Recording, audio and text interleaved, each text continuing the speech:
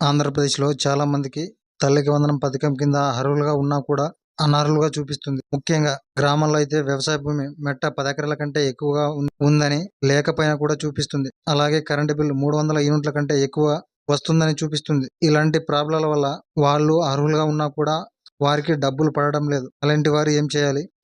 అర్జీ పెట్టుకుంటే డబ్బులు పడతాయా? పడితే ఎప్పటిలోగా పడతాయి? అనే విషయాల గురించి అయితే మొత్తం ఈ వీడియోలో తెలుసుకుందాం. మీరు చేయాల్సిందల్లా ఒకటే, ఈ వీడియోని ఎక్కడ స్కిప్ చేయకుండా లాస్ట్ వరకు చూడండి. అప్పుడే మేము చెప్పే ప్రతి మాట మీకు బాగా అర్థమవుతుంది. అలాగే వీడియోని ఒక లైక్ చేయండి. మీరు చేసే ఒక లైక్ మాకు మరిన్ని వీడియోలు చేయడానికి ఎంతో బూస్టప్‌నిస్తుంది. కాబట్టి ఖచ్చితంగా లైక్ చేయండి. ఇక వివరాలకు వెళ్తే, సీఎం చంద్రబాబు తల్లికి వందనం పథకం కింద కుటుంబంలో ఎంతమంది పిల్లలు చదువుతున్నా అంతమందికి ఒక్కొక్కరికి 13,000 చొప్పున ఈ నెల 12వ తేదీ నుంచి అయితే జమ చేస్తూ వస్తున్నారు. అయితే కొంతమందికి అర్హత ఉండి కూడా వాళ్ళకి డబ్బులు పడటం లేదు.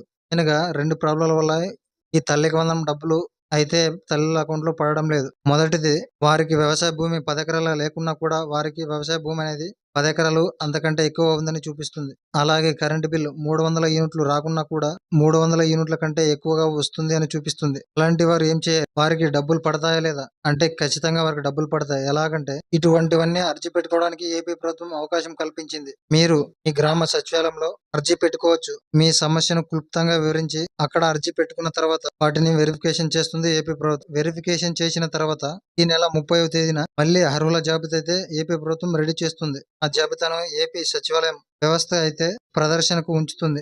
వెరిఫికేషన్ చేసిన తర్వాత ఎవరైతే అర్హులుగా ఉంటారో వారికి జూలై 5వ తేదీన వారి అకౌంట్ లో డబ్బులు అనేవి జమ చేస్తారు. జూన్ 30వ తేదీన ప్రదర్శించే అర్హుల జాబితా లిస్టే అది ఫైనల్ లిస్ట్ అని అర్థం.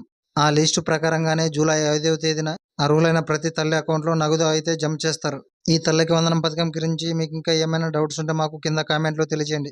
మేము ఖచ్చితంగా రిప్లై ఇస్తాం. అలాగే వీడియోని ఒక లైక్ చేసి మీ ఫ్రెండ్స్ అండ్ ఫ్యామిలీకి ఈ వీడియోని షేర్ చేయండి. ఆ విధంగా షేర్ చేయడం ద్వారా వారు కూడా ఈ విషయాన్ని తెలుసుకుంటారు. కాబట్టి ఖచ్చితంగా షేర్ చేయండి. అలాగే మా ఛానల్‌ను సబ్స్క్రైబ్ చేసుకుని పక్కనే ఉండే గంట బెల్ నొక్కడం ద్వారా మేము పెట్టే ప్రతి వీడియో మీకు ఖచ్చితంగా నోటిఫికేషన్ రూపంలో వస్తుంది. అప్పుడు మీరే ముందుగా చూడొచ్చు. Thank you for watching.